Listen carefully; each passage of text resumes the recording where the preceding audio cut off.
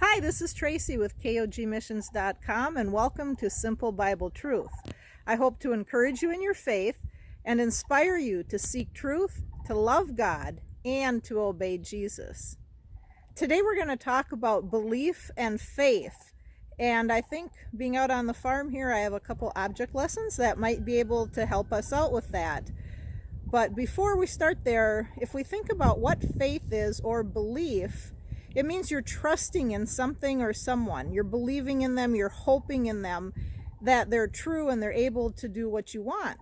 And so the real idea about faith and belief is not in the one who is having the faith or the belief, but in the one or in what you are putting your faith in. So now on the farm here this spring, it's quite dirty. And Missy over there, she comes up to my waist.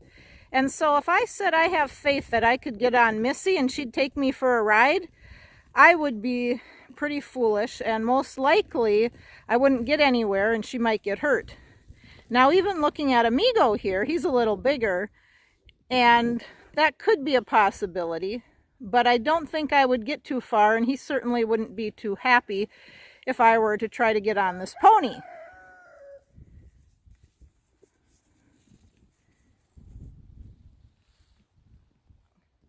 So we can have faith in anything that we want, but we need to weigh what we are having our faith in, or in whom we have our faith.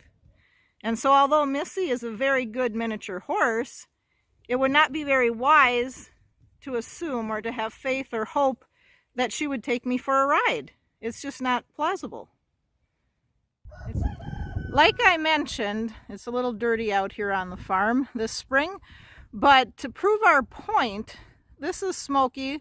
She's a full-size horse, and if I said I have faith that I could get on that horse and go for a ride, there's much bigger probability that that would be true. She's not going to fall over. I might fall off, but the one I'm putting my trust in is going to stand up to the test.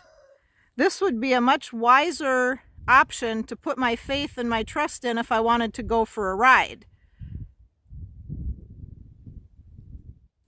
So here we have a couple roosters, the red and white one, and then we have a black hen. If I was wanting to have an omelet or to get eggs, I could put my faith in, I could trust with all my heart that one of these roosters would give me an egg. But I think you know as well as I do, I would do better off putting my trust in that little black hen. I would have more of a chance of being fed and getting an egg. So just like our lessons here on the farm show us, it doesn't matter who I am or what I believe, per se, because that isn't what makes what I put my faith in or in whom I put my faith in reliable. What matters is in what or in whom you put your faith.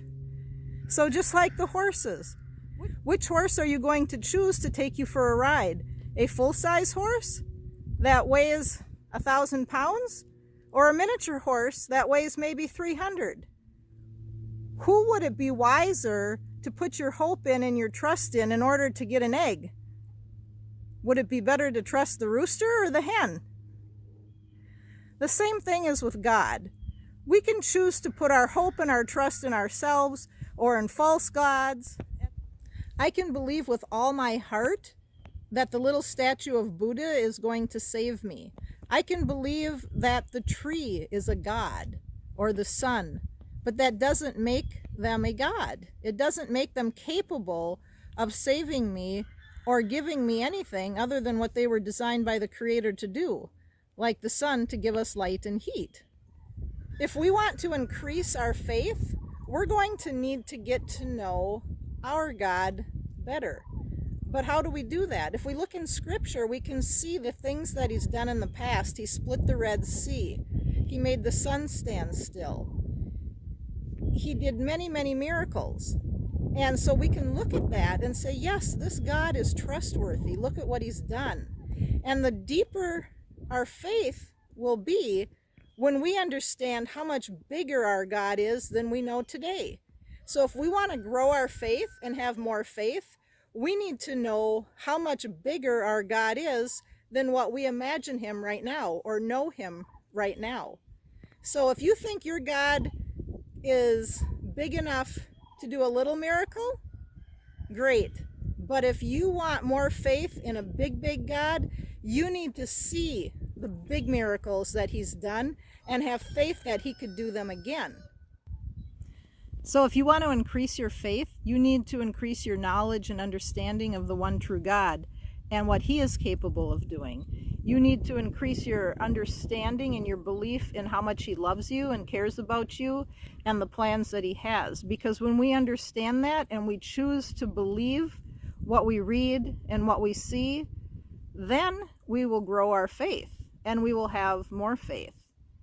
Just like when I take a look at the horses. If I look at the miniature horse or the full-size horse, I know which horse I want to put my faith in to go for a ride.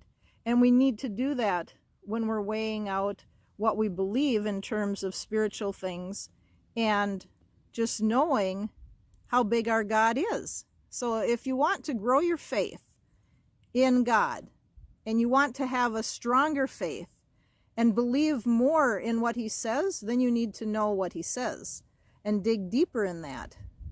Come out and look at the creation. Look at the sun, the sky, and everything he created. That should cause your faith to grow. And to just know how faithful he is, that the sun does shine, even if it's cloudy some days. There's still sun there to give us the light that we need and the warmth that we need. Fortunately, for some of you, you get more warmth than those of us up in Minnesota here, but we still are warmed by the sun. And we know that it's the God who created the sun that we should put our faith in, not the sun that's warming us, which is the same thing. We need to put our trust in God to provide for us to meet our needs, not in ourselves to work for it, or for our employer to pay us, or our own abilities. We need to make sure we're putting our faith and our trust in the creator of all things and not in the creation. So I encourage you to take a look around you, to take a look in the Holy Scriptures and get to know the powerful, almighty, one true God that there is, the God that Jesus put his hope in. Jesus hoped for the resurrection. He knew that and he trusted God. Even though he didn't want to be crucified, he trusted God and knew that he would be raised from the dead. And so he was willing to go to the cross because he had that hope and that faith that God would raise him from the dead and that he would give him victory, not only over the grave, but when he comes again with his holy angels to raise us who are faithful from the dead as well and to reign on this earth. So I encourage you to continue to seek truth, to love God, and to obey Jesus. And when you do that, you'll see your faith grow